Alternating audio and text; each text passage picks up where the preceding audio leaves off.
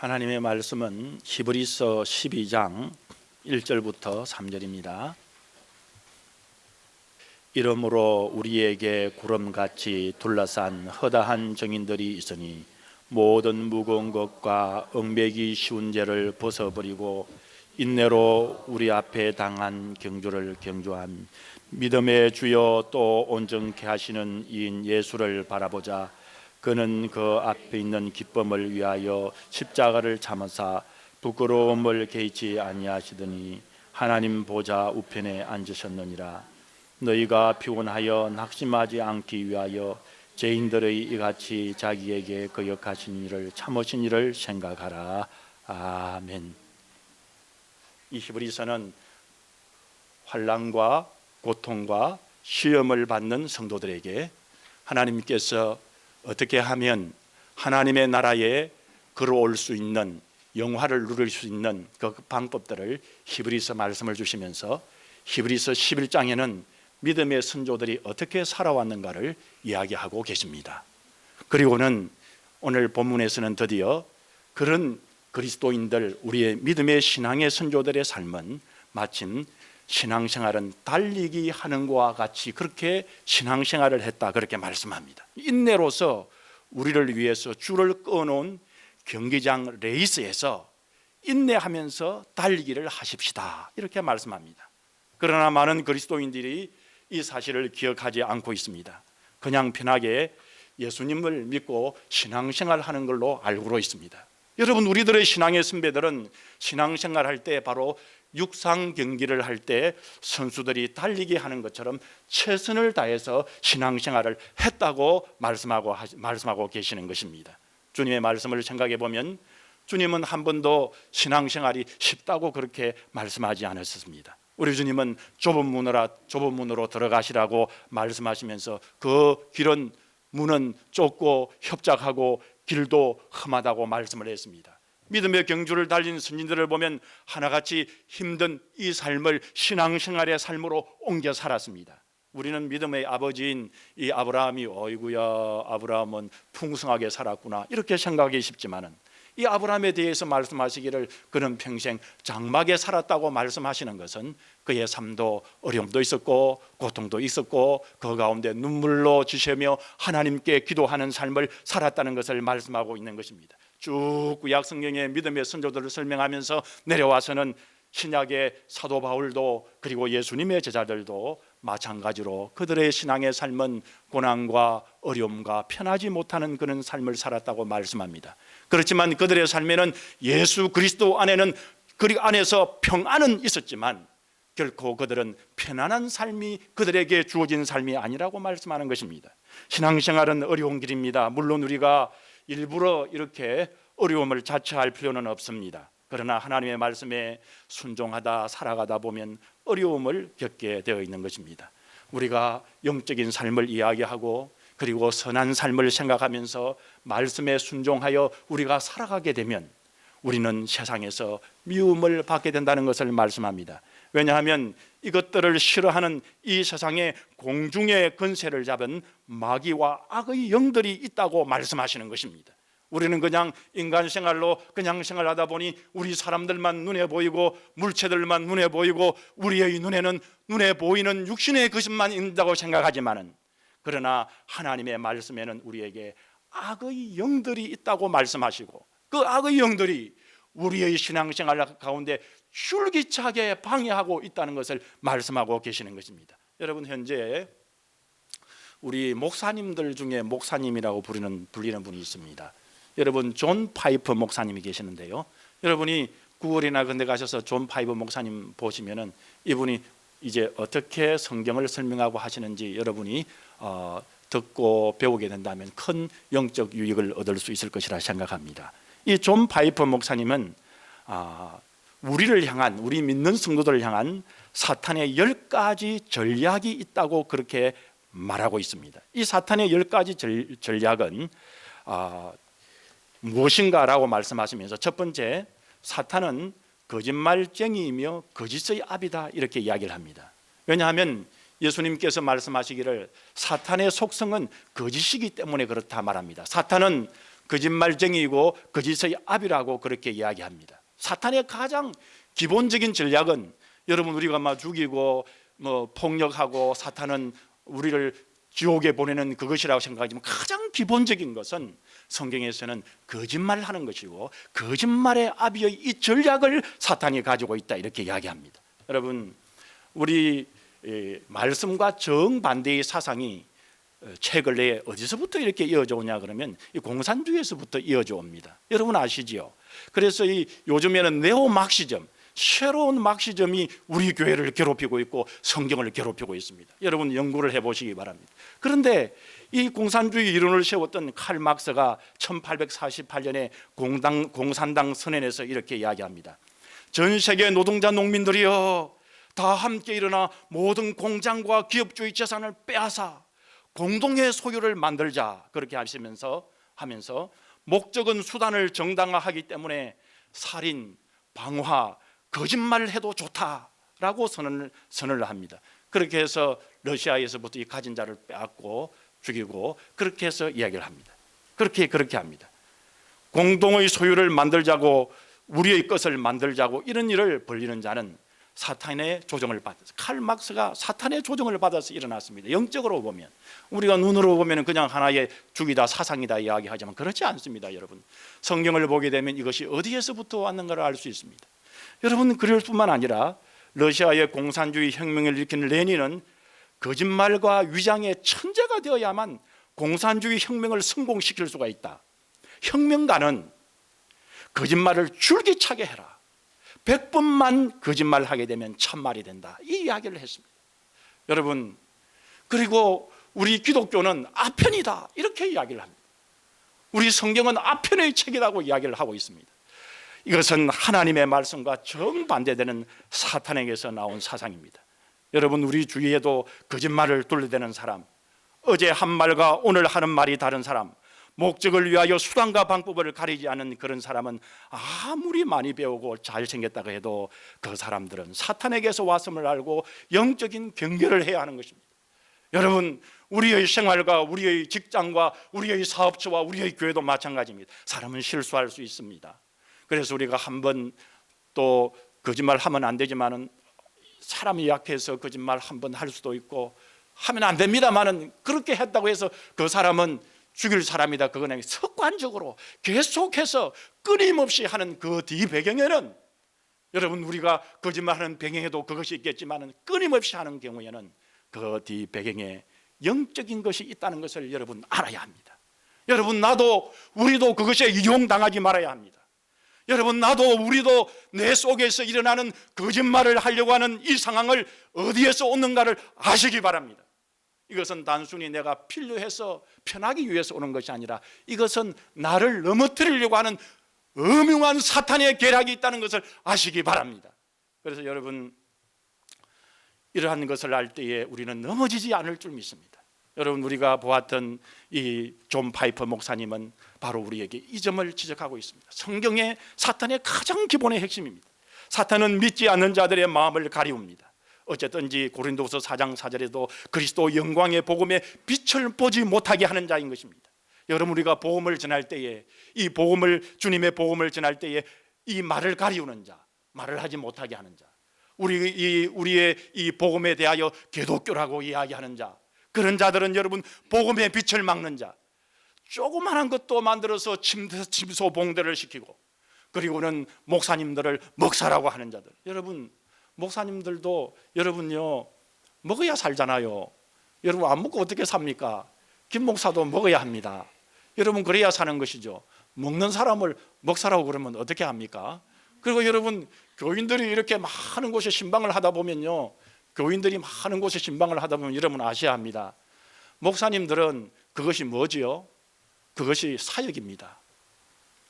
교인들이 많은 교회 말입니다. 그래서 어떤 교회 목사님들은요 너무 많이 음식을 이것저것 좋은 음식이죠. 이것도 많이 먹다 보면 목사님들이 당뇨병, 고혈압 이런 것이 너무 많으세요. 그래서 연세가 많은 목사님은 깨가 있어가지고요 이 맛있는 거, 단 거, 이렇게 단 거는 맛있어요. 이 단 거 맛있는 거 이렇게 주면요 이렇게 딱 보통 음식 하지 마세요 광고를 합니다. 좀 교인들이 많은 교회는 이제 신방하고 하면은, 그러면은 이 단 거 맛있는 거 이렇게 몸에 좋은 거 이런 거라도 딱 입에 딱 대고 옆에 살짝 이렇게 내놓으면요, 젊은 부교육자 같이, 제가 한국에서 부교육자 했지 않습니까? 부교육자 같은 저 같은 사람이 옆에 살 목사님 낸 걸 이렇게 다 마십니다. 그래서 부교육자는 한 잔 마실 걸 두 잔 마시고, 여러분 10집 다니면 부교육자는 20잔 마셔요. 목사님은 한 잔 마셔서 19잔까지 마셔야 돼요. 제가 그랬습니다. 음료수 상무입니다. 그 앞에 뭘 붙이면 뭐가 되겠죠? 여러분, 그렇게 해서 그만큼 연세가 많고 그렇게 되면 사실 먹는 거 사역이에요. 그것을 가만히 보면서 목사님들이 많이 먹는 것 같거든요. 먹으면 좋은 게 아니면 자기 양만큼 먹어야 사람이 건강이 좋습니다. 많이 먹으면 빨리 돌아가세요. 그래서 목사님들 중에 보통 고혈압, 당뇨병 많은 분들은 지혜롭지 못하게 그걸 다 받아 마시면은 여러분 당뇨 걸리고 고혈압 걸리고 빨리 돌아가시게 돼요. 여러분, 근데 그걸 보고 먹사라 그러면 어떻게 합니까? 여러분, 먹는 것도요 한정이 되어 있어요. 이야기하려면 제가 깁니다. 그런 것을 복음의 빛을 가리기 위해서 개독교로 하고 먹사라고 하는 자들을 대하여 여러분은 목사님들은 그렇게 많이 먹고 나는 배고픈데 목사들은 많이 먹구나, 그게 아닙니다. 여러분, 그게 아니에요. 그렇게 있을 때마다 그들은 복음의 빛을 가리우는 자라는 것을 여러분 아시게. 사탄은 그렇게 해서 모든 이 한국 이 신문, 이 한국 방송에, 여러분 인터넷에 그렇게 하는 것들을 여러분 좋아하고 옆에서 박수치고 하는 사람이 있으면 나도 모르게 복음의 빛에 끌려가고 있는 사람인 것을 아시기를 바랍니다. 그러나요, 예수님 안 믿는 사람이라 할지라도 연세가 많고 지혜로운 사람들은 그 이야기를 들으면서 아니다고 알고 있습니다. 교회 안 다니도요.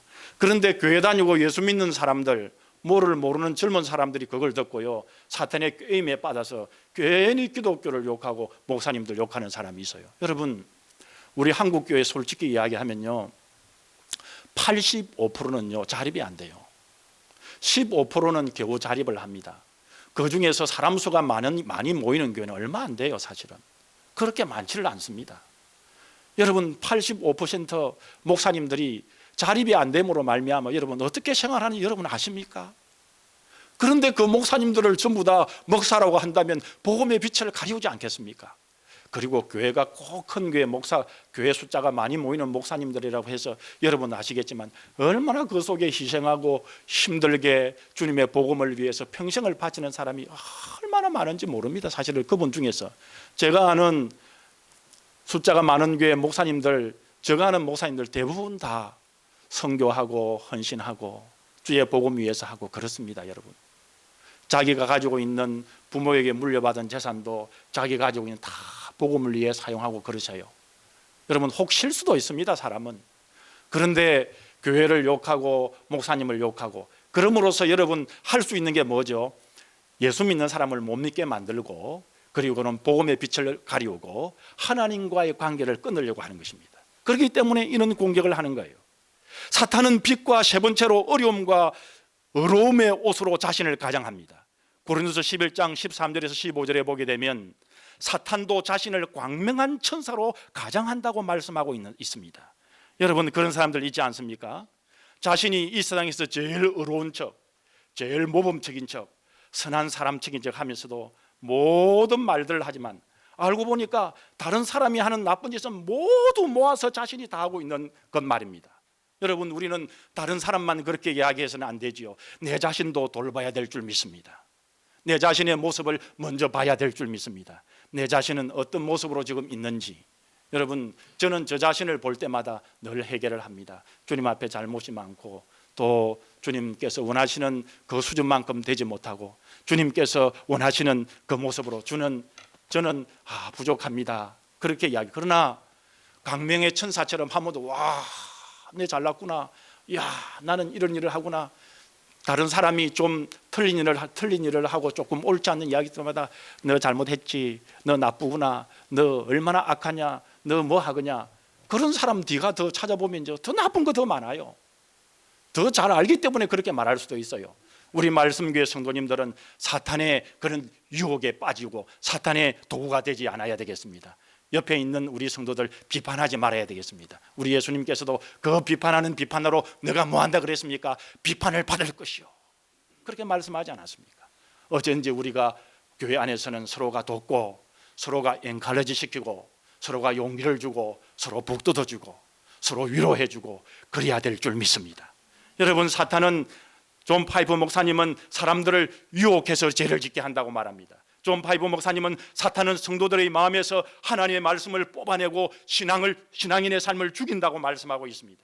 사탄은 때로는 아픔과 질병을 일으킨다고 말하고 있습니다. 여러분, 예수님께서 허리가 굽어져서 스스로 펼 수 없는 한 여인을 치유를 하셨습니다. 그때 안식일에 왜 너가 병을 고치느냐 하면서 시비 거는 사람이 있었습니다. 이때 예수님은 이렇게 이야기합니다.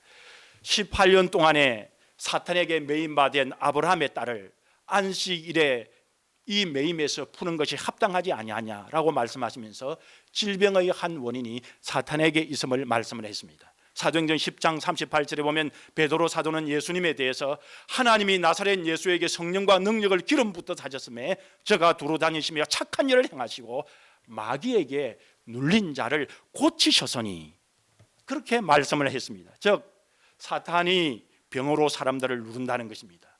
이 병도 사탄의 계획 중에 하나라는 말씀입니다. 그러나 모든 질병이 사탄의 마귀의 계획이다라고 그렇게 실수를 범해서는 안 됩니다. 질병이 하나님께서 우리에게 그 질병을 통하여 영광을 나타내게 하시기 위한 것도 있다고 하나님께서, 우리 예수님께서 말씀했습니다. 요한복음 9장에 보면 날 때부터 소경된 사람에게 그렇게 이것이 누구에게 죄냐고 그렇게 제자들이 물었을 때에 예수님께서는 하나님이 하시는 일을 나타내고자 하심이니라 라고 말씀했습니다. 여러분, 사탄은 살인자입니다. 예수님은 그를 죽이려고 계획한 이들에게 너희는 마귀의 아비로부터 나왔다고 말씀했습니다.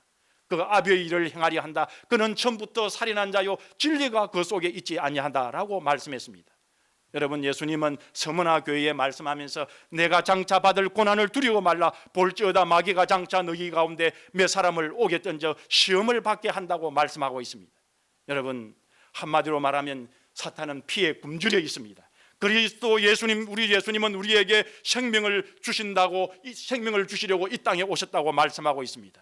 사탄은 사역자들을, 주님의 복음을 전하려고 하는 자들의 계획을 여러분 가로막고 대적질을 행하고 있습니다. 사탄은 하나님 앞에서 신자들을 고소한다고 말하고 있습니다. 그러니까 존 파이브 목사님이 말씀하고자 하는 것은, 즉 말하면 성경에서 말하고자 하는 것은 우리의 신앙생활 가운데요, 단순히 우리의 눈에 보이는 것이 전부가 아니라는 것입니다. 우리의 신앙생활 하는 가운데, 우리의 신앙생활에 달리기를 하면서 달려갈 때에 때로는 우리 뒤에서 잡아당기고, 때로는 우리에게 발을 걸어서 넘어지게 하고, 때로는 우리를 시끄럽게 해서 달리지 못하게 하고, 때로는 우리를 앞으로 가로막는 것이 있는 것은 사탄의 계략이 있음을 우리 성도님들은 아시기를 바랍니다. 그렇기 때문에 우리가 신앙생활 함에 있어서 우리에게 가로막는 것이 있을 때에 먼저 무엇을 해야 되겠습니까?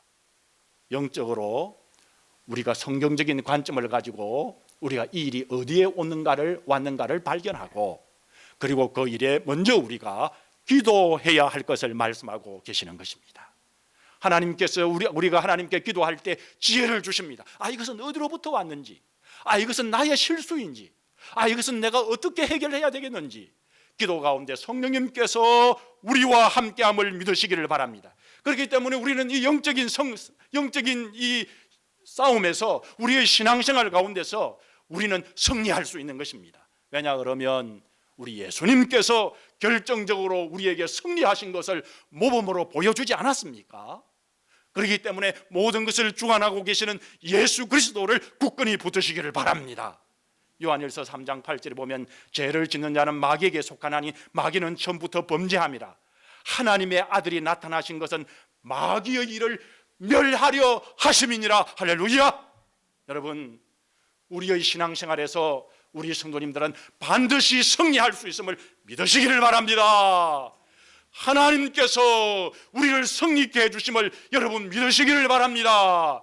요한계시록 20장 10절에 보면 또 저희를 미혹하는 마귀가 불과 유황못에 던지우니 거기는 거짓성과 거짓 선지자도 있어서 세세토록 밤낮 괴로움을 받으리라. 그렇게 말씀하고 있습니다. 여러분, 마귀가 불과 유황불에 던지우게 되는 것입니다. 마지막에는 그들은 심판을 받아 영원히 멸망하게 되는 것입니다. 영원히 멸망하게 되는 것입니다. 그렇기 때문에 여러분, 우리 주님이 이 땅에 온전히 재림하기 전에는 이 땅에서의 신앙의 삶으로 경주하는 것은 결코 쉬운 일이 아닙니다. 믿음의 경주는 평생 달려야 하는데 주저앉아 있고 싶을 때가 있고 포기하고 싶을 때가 있습니다. 내 마음속에 이 사실을 인정하고 걸어가야 합니다. 신앙의 경주는 힘든 경주지만 우리가 할 수가 있는 경주입니다. 우리는 달리는 것이 아니라 우리만 달리는 것이 아니라 많은 신앙의 선배들이 달려왔던 경주입니다. 그들은 이겼습니다. 그들은 히브리서 11장에 보면 반드시 신앙의 선배들이 믿음으로 이겼다고 우리에게 증언하고 있습니다. 우리도 믿음의 신앙 경주를 승리할 줄 믿습니다. 마귀를 멸하신 우리 주님이 계시기 때문입니다. 여러분, 그러면 이런 믿음의 경주를 마쳤을 때에 어떤 보상이 주어질까요? 여러분, 성경에는 말할 수 없는 보상을 약속하고 있습니다.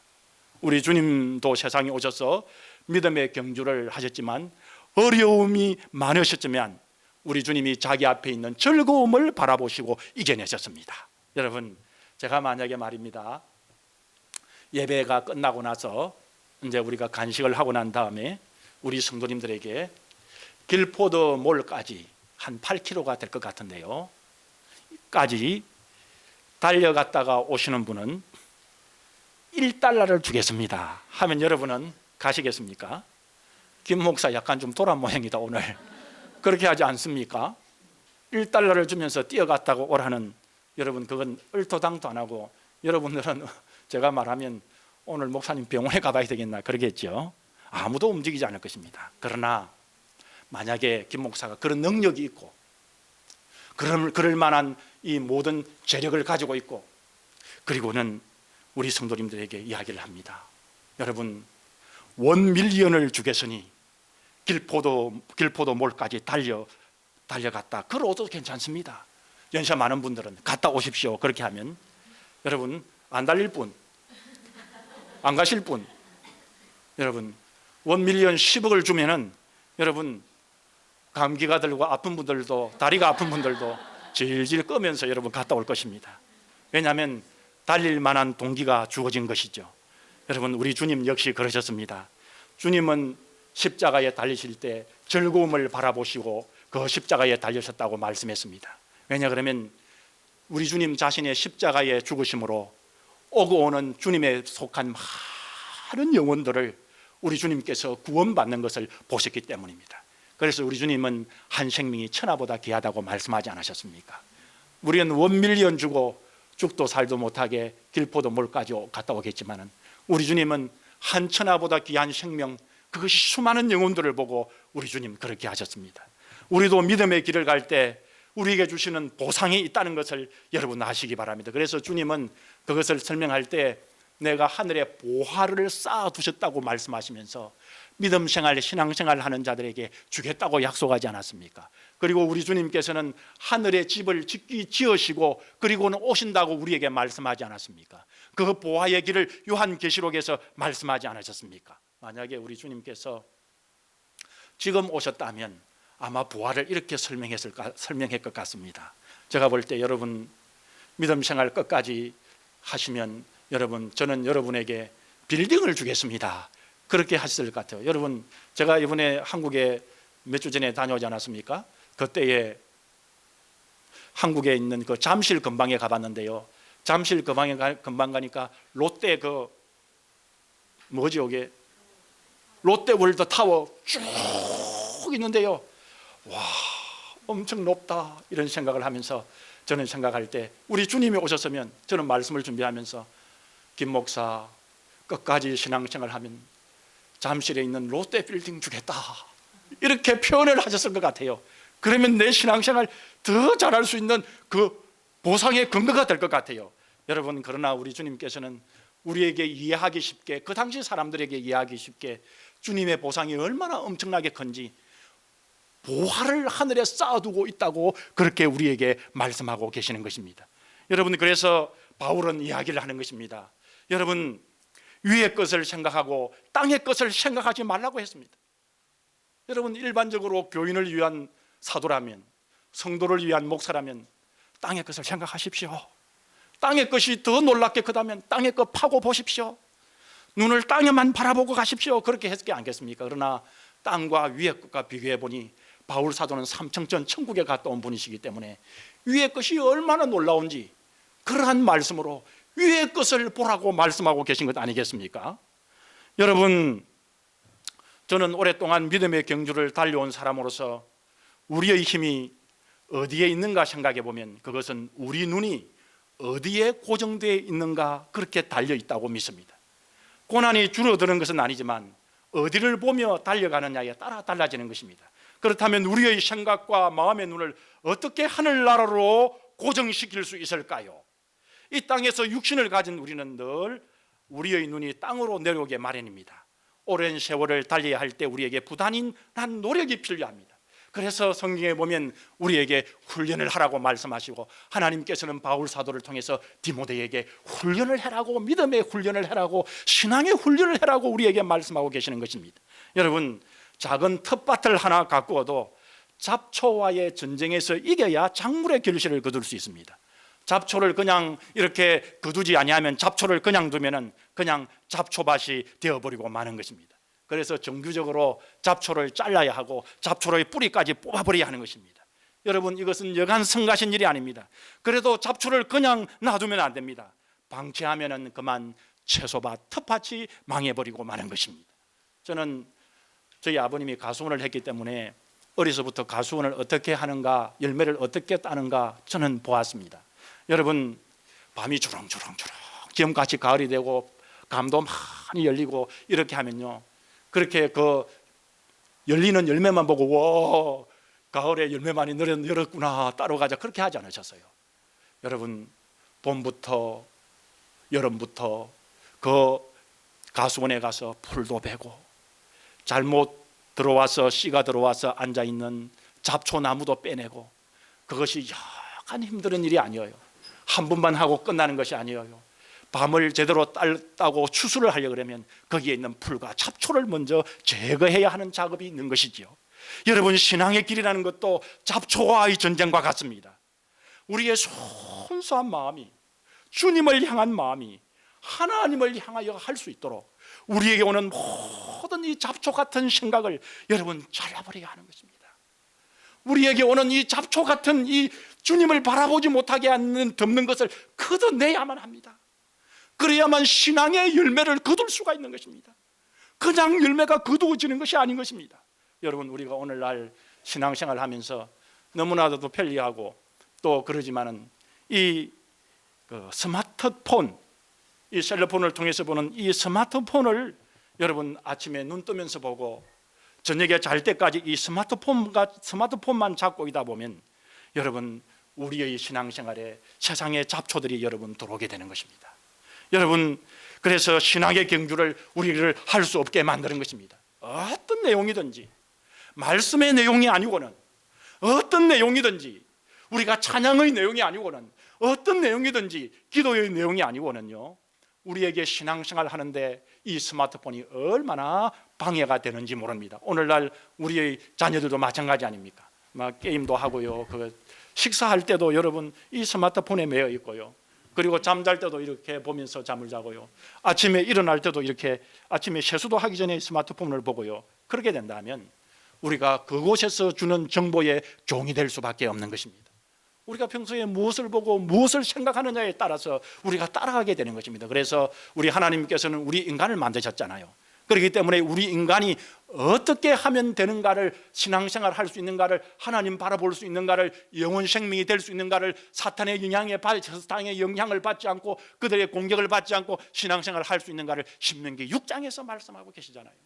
신명기 6장에서 우리 하나님께서는 모세를 통하여 이스라엘 백성들에게 이 말씀을 어떻게 하라고 그랬습니까? 이마에도 달고, 그리고는 문지방에도 붙이고, 그리고는 이 손목에도 메고, 여러분 이 말씀을 함께 같이 늘 하라고 말씀하지 않으셨어요? 여러분, 우리가 이것이 훈련인 것입니다. 여러분, 우리가 하나님의 말씀을 눈을 뜰 때 보고 잠을 잘 때 보고 우리가 하나님의 말씀을 보게 되면 하나님의 용사로서, 믿음의 용사로서 영원한 하나님의 나라를 소유하는 하나님의 백성이 될 줄 믿습니다. 여러분, 이 땅에서도 우리가 필요한 가지는 것 중요하잖아요. 이 땅에 잘 사는 것 중요하잖아요. 그런데 하나님의 나라에서 영혼 백성 되지 못하면 무슨 소용이 있겠습니까? 여러분, 우리가 하나님의 말씀을 늘 가까이 하는 성도가 되셔야 합니다. 이것은 훈련이 돼야 됩니다. 하루 이틀로 안 됩니다. 성형외과 의사 맥스웰 몰츠라는 사람은 이렇게 습관이 길들여지는 데는 걸리는 기간이 21일 정도다, 이렇게 이야기를 해요. 왜 그러냐 그러면은 손이나 발이 절단된 환자가 신체 일부를 잃었다는 사실에 적응하고 예전 심리 상태를 회복하는 데는 21일이 걸린다고 합니다. 그렇기 때문에 21일을 꾸준히 할 때에 습관이 하는 행동이 습관으로 자리를 잡는다는 것입니다. 런던 대학의 제인 워덜 교수는 실험을 통해 습관을 완전히 익히는 데는 66일이 걸렸다고 그렇게 말하고 있습니다. 여러분, 우리의 신앙생활 할 때요, 한 번 하고 끝나는 것이 아닙니다. 여러분, 우리가 성경 말씀, 찬양과 기도와 또 말씀으로 은혜를 받고, 내가 오늘 이제 그렇게 하나님의 용사를 그렇게 해야지, 참 하나님께서 원하시는 신앙생활을 해야지, 믿음의 사람 돼야지 해서 오늘 주일 가셔서 저녁에만 하고 또 내일 겨우 아침에만 하고 끝나버리면 안 되는 것이죠. 계속해서 한 달 동안, 두 달 동안 우리가 그렇게 해갈 때 주님의 말씀을 갖는 그 모습이 계속해서 이어지는 바탕을 마련하게 되는 것입니다. 여러분, 그렇지 않습니까? 성경을 어쩌다가 손에 들고 있는 사람보다 매일 성경을 읽는 사람이 신앙의 경주를 달릴 확률이 높는 것입니다. 신앙생활에서 훈련받은 사람이 더 신앙의 경주를 달리기 쉬운 것입니다. 하나님의 말씀을 정기적으로 보는 것도, 예배 모임에 계속 참정하는 것도 자신을 쳐서 복종시키는 것입니다. 여러분, 예배 시간에 안 늦고 참석하는 것도 마찬가지입니다. 여러분, 우리가 예배 시간에 안 늦고 예배 시간에 참석하여 하나님께 온전한 시간을 드리는 것도, 이것도 훈련이 돼야 됩니다. 훈련이 안 되면 안 됩니다. 여러분, 이것이 한 주일 그렇게 하고 두 주일 그렇게 해서 세 번째 주일 계속해서 그렇게 되지 않습니다. 계속해서 그렇게 될 때 우리의 신앙생활을 승리할 수 있는 발판이 되는 것입니다. 육체를 쳐서 복종시키는 것은 하루 아침에 이루어지는 것이 아닙니다. 꾸준히 쳐서 복종시키지 않으면 말씀을 읽는 것도, 교회에 참석하는 것도 쉬운 것이 아닙니다. 우리의 믿음의 선진들을 보시기 바랍니다. 그들은 끝까지 믿음의 경주를 했습니다. 우리 안에 성령님께서 때에 따라 힘을 주시기에 경주를 끝까지 달릴 수 있는 것입니다. 우리 성도님들은 주저앉아 포기하고 싶을 수도 있지만 사울 사도처럼 여러분 탄식하며 울기도 하지만 감사한 것은 성령의 도움으로 이 길을 끝까지 달려갈 수 있다는 믿음도 가지시기를 바랍니다. 우리가 힘들지만은, 그러나 그 힘드는 것을 우리가 계속해서 나가면 성령님께서 우리를 도와주시고, 그리고 우리의 변호사가 되어 주신다는 사실을 여러분 믿으시기를 바랍니다. 그러므로 우리의 신앙의 경주는 실패할 수가 없습니다. 믿음의 경주에서 기쁨으로 갈 수 있는 비결은 바로 우리가 훈련하는 가운데 성경을 가까이 하게 되고, 말씀을 가까이 하고, 찬양을 가까이 하고, 기도 생활을 가까이, 스마트폰을 가까이 하는 것처럼 이 훈련을 꾸준히 해나갈 때에 성령 하나님께서 우리를 도우셔서 끝까지 승리할 수 있도록 우리를 인도해 주시는 것입니다. 등에 배낭을 지고 마라톤을 달리는 선수가 없는 것처럼 믿음의 경주를 할 때 방해되는 것을 벗어버려야 합니다. 그리고 습관적으로 늘 말씀을 대하는 훈련을 해야 합니다. 또한 교회 안에서 무엇이든지 일을 해야 됩니다. 여러분, 우리가 교회 안에서 내가 해야 될 일이 무엇일까? 우리가 찬양하는 일들, 또 기도에 모이는 일들, 또 내가 전도하는 일들, 그리고 또한 개인적으로 내가 믿은 예수 그리스도를 간증하는 일들, 믿지 아니하는 친구들에게 복음을 전하는 일들, 이 일들을 우리가 꾸준히 할 때 신앙이 성장할 수가 있는 것입니다. 여러분, 저 역시 하나님의 말씀을 전해야 되고 또 설교 준비하는 그러기 때문에 이 하나님의 말씀을 준비하고 설교하는 것, 여러분요, 설교 말씀을 준비하는 것 항상 즐겁지 않습니다. 그러나 왜 이렇게 또 내일 또 말씀을 전하면 오늘 또 준비해야 되지, 또 내일 말씀 준비하게 되면 또 모레 준비해야 되지. 여러분이 말씀 준비하니까 즐겁다, 처음부터 그렇게 되지 않아요.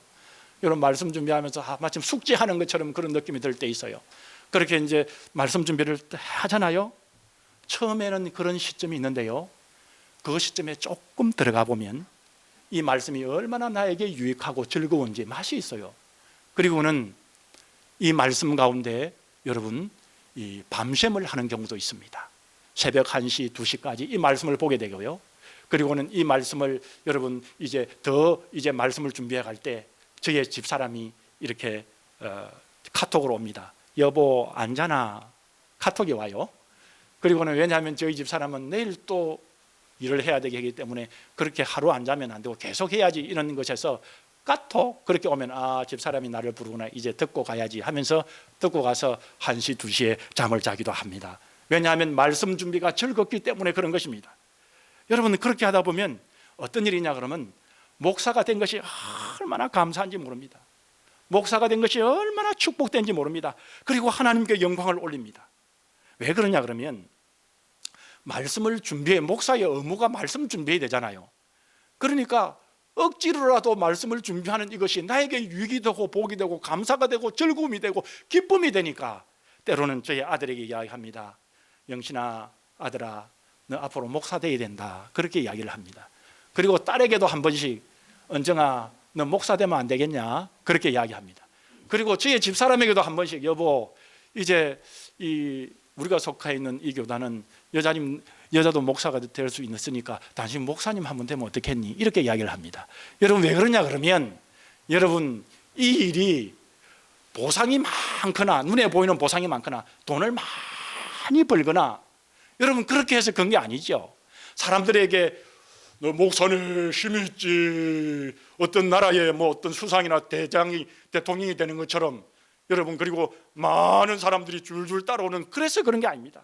왜냐 그러면 아무도 자리에 앉아 있지 않다 할지라도 나에게 말씀 연구하는 것이 얼마나 즐거움이 있기 때문에 그리고 하나님께 기도하는 찬양하는 이 말씀을 보는 의무적으로라도 하려고 시도하다 보면 그것에 주는 은혜가 있기 때문에 여러분 저는 그렇게 농담 반 진담 반으로 저희 아내에게도 목사가 돼야지 이렇게 말하기도 하는 것입니다. 저는 우리 성도님들에게 이야기합니다. 여러분 그런 의미에서 우리 성도님들 모두 목사님이 되면 좋겠습니다. 모두 말씀을 전하는 전도사님이 되면 좋겠습니다. 그런 의미에서 우리 성도님들이 모두 목사님이 되셔서 개척교회 하시기 바랍니다. 여러분 그 개척교회 하시면 좀 힘들어요. 예. 여러분 그런 의미에서가 아니라 말씀 연구와 기쁨이 얼마나 있기 때문에 우리 성도님들에게 그렇게 말씀을 드리는 것입니다. 여러분 할 수만 있다면 복음을 전하는 분들이 되시기를 바랍니다. 여러분 모든 성도들은 교회 모든 예배에 참석하십시오. 피곤하고 힘든 것을 압니다. 그러나 이것이 훈련이기 때문에 필요한 것입니다. 그래서 이 훈련의 고비를 넘기면 이제 드디어 하나님의 신령한 은혜가 우리에게 오는 것입니다. 여러분 무당들도 악신에게 붙들려서 그들이 그 길을 가지 않습니까? 그러나 참 신이신 천지 우주를 만드신 전능하신 하나님 아버지의 손에 온전히 붙들리는 것을 깨달을 수 있고 만날 수 있고 만질 수가 있는 것입니다. 여러분 훈련을 해야 합니다. 신앙에서 참 선수 프로가 되어야 됩니다. 여러분 우리가 잘 아는 김연아 선수 있지 않습니까? 빙판에서 아름다운 연기를 보여주기 위해서 수천 번 넘어지지 않았겠습니까? 만약에 김연아가 1000번 넘어져서 그렇게 김연아가 됐다면 훌륭한 피겨스케이팅 선수가 됐다면 여러분 999번 넘어지고 안 했다면 어쩔 뻔했습니까? 그 고비를 넘기고 최고의 선수가 되지 않습니까? 저는 축구 선수 손흥민을 좋아합니다. 여러분 겸손한 그의 모습에서 좋아를 하고 또 공을 잘 차니까 좋아하기도 하겠지요. 그러나 그가 이제 집에 와서 어떤 걸 하는가 이렇게 그 선수를 이렇게 봤는데요. 손흥민 선수는 집에 왔는데도 집에 축구장을 만들어 놓고 그 작은 골대 같은 걸 만들어 놓고 그렇게 집에 와서는 훈련 다 마치고 이제 쉬어야 되는데 집에 갔다 와서도 공을 차더라고요. 그래서 딱 목표를 정해 놓고 그 공을 정확하게 맞히는 멀리서 딱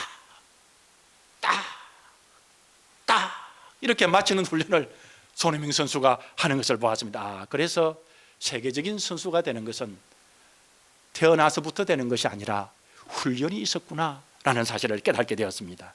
여러분 이 땅에서 사람들이 귀하게 여기는 것들은 많은 노력과 희생과 노력이 없이는 되지 않습니다. 무언가를 이루기 위해서 공부하는 사람들은 공부하기가 재미있어 공부할까요? 여러분 재미있어 공부하겠습니까? 그렇지가 않은 것입니다. 여러분, 내 자신을 쳐서 복종시키는 훈련이 없으면 믿음의 경주를 쉽게 할 수 없다는 것을 기억하시기 바랍니다. 하늘나라에 가면 말할 수 없는 보상이 기다리고 있습니다. 저는 그것을 성경에서 잘 알고 있습니다. 저는 개인적으로 성경 말씀해 주시는 하늘나라의 놀라운 신비, 놀라운 은혜, 놀라운 하늘나라의 보화를 기도 가운데 보기도 했습니다. 주님께서 의의 면류관을 준비하고 기다리실 그날을 여러분 기억하시기를 바랍니다. 여러분, 생명의 면류관, 의의 면류관, 우리에게 주신 구원의 면류관, 영혼을 구원하는 면류관도 우리에게 주시면서 기다리고 계시는 것을 여러분 믿으시기를 바랍니다. 하나님께서 여러분 성경에 보면 제일 하나님께서 귀하게 모든 걸 귀하게 여기지만은 우리에게 성경에서 표현하는, 인간의 언어로 표현하는 제일 귀중한 것이 무엇일까요? 그것이 여러분 주님을 위해서 자기를 온전히 드리는 산제사로 드리는 것입니다. 그것이 순교라고 할 수도 있는데요, 한 방법으로 우리 주님께서 성경에서 가장 귀하게 여기는 모습 중에 하나입니다. 그 다음에 귀하게 여기는 모습이 있습니다. 그것은 바로 생명의 말씀을 전하는 것입니다. 우리 주님께서 십자가에 달려 돌아가실 때 내가 뭐하러 오셨다고 말씀했습니까? 내가 죽어가는 자를 구원하기 위해서 오셨다고 했습니다. 물론 병든 자를 고치기 위해서 오셨다고 말씀도 하셨지만, 그러나 더 궁극적으로 병을 고치는 이유는 영원히 죽을 생명들을 구원 얻기 위해서 내가 이 땅에 오셨다고 우리 주님이 오신 목적을 우리에게 가르쳐 주셨습니다. 우리 주님께서는 이 땅에서 무엇을 위한 것이 가장 귀한지를 우리에게 말씀해 주셨습니다. 여러분, 우리가 생명 구원하는데 앞장서시기를 바랍니다. 우리가 선교하고 전도하는데 앞장서시기를 바랍니다. 그래야 할 때 하나님께서 우리에게 가장 귀하고 놀라운 것을 우리에게 준비하고 있다는 거, 우리 주님께서 우리에게 보상으로 주시고 계신다는 것을 여러분 믿으시기를 바랍니다. 우리의 신앙의 삶의 승리는 그냥 주어지는 것이 아닙니다. 여러분, 우리에게 훈련하고 우리에게 주어진 사명을 감당할 때 우리에게 승리하는 아름다움을 주신다는 것을 약속하고 계시는 것입니다. 이런 놀라운 은혜를, 놀라운 주님의 기쁨을 다 받아들이는 우리 말씀의 성도가 되시기를 주님의 이름으로 축복합니다. 다 같이 기도하겠습니다. 아버지 하나님, 감사합니다. 우리가 이 땅에서 한번 잘 살아볼 거라고, 한번 성공해 볼 거라고 우리에게 인생의 모든 것을 들여서 공부도 하고 희생도 하고, 아버지 하나님, 때로는 잠을 자지 않고도 합니다. 그러나 아버지 하나님, 우리에게 영원 생명 주시고 천국의 의의 면류관, 생명의 면류관, 하늘나라의 보화를 우리에게 약속해 주시고, 그것을 성경 속에서 믿음의 선조들이 하나님께서 보여주셔서 그들이 또한 기록하시고 그것을 우리에게 믿게 하시고, 때로는 기도하는 성도들에게는 하늘나라의 영광을 보여주셔서 아버지 하나님, 그 은혜를 또한 개인이 깨닫게 해주시고, 이런 은혜를 저희들이 보고 믿고 알고 듣고 확신합니다. 우리 성도들이 이 은혜를 함께 누릴 수 있도록 주님이시여 신앙생활의 삶에 올바로 전진할 수 있도록 악한 사탄의 쾌계를 물리치고, 아버지 하나님, 우리의 신앙생활의 열정을 가지고 주님께 주시는 사명을 감당하는 우리 말씀의 성도들 되게 하여 주옵소서. 우리 구주 예수 그리스도의 이름으로 감사하며 간절히 축복하며 기도 올리옵나이다. 아멘.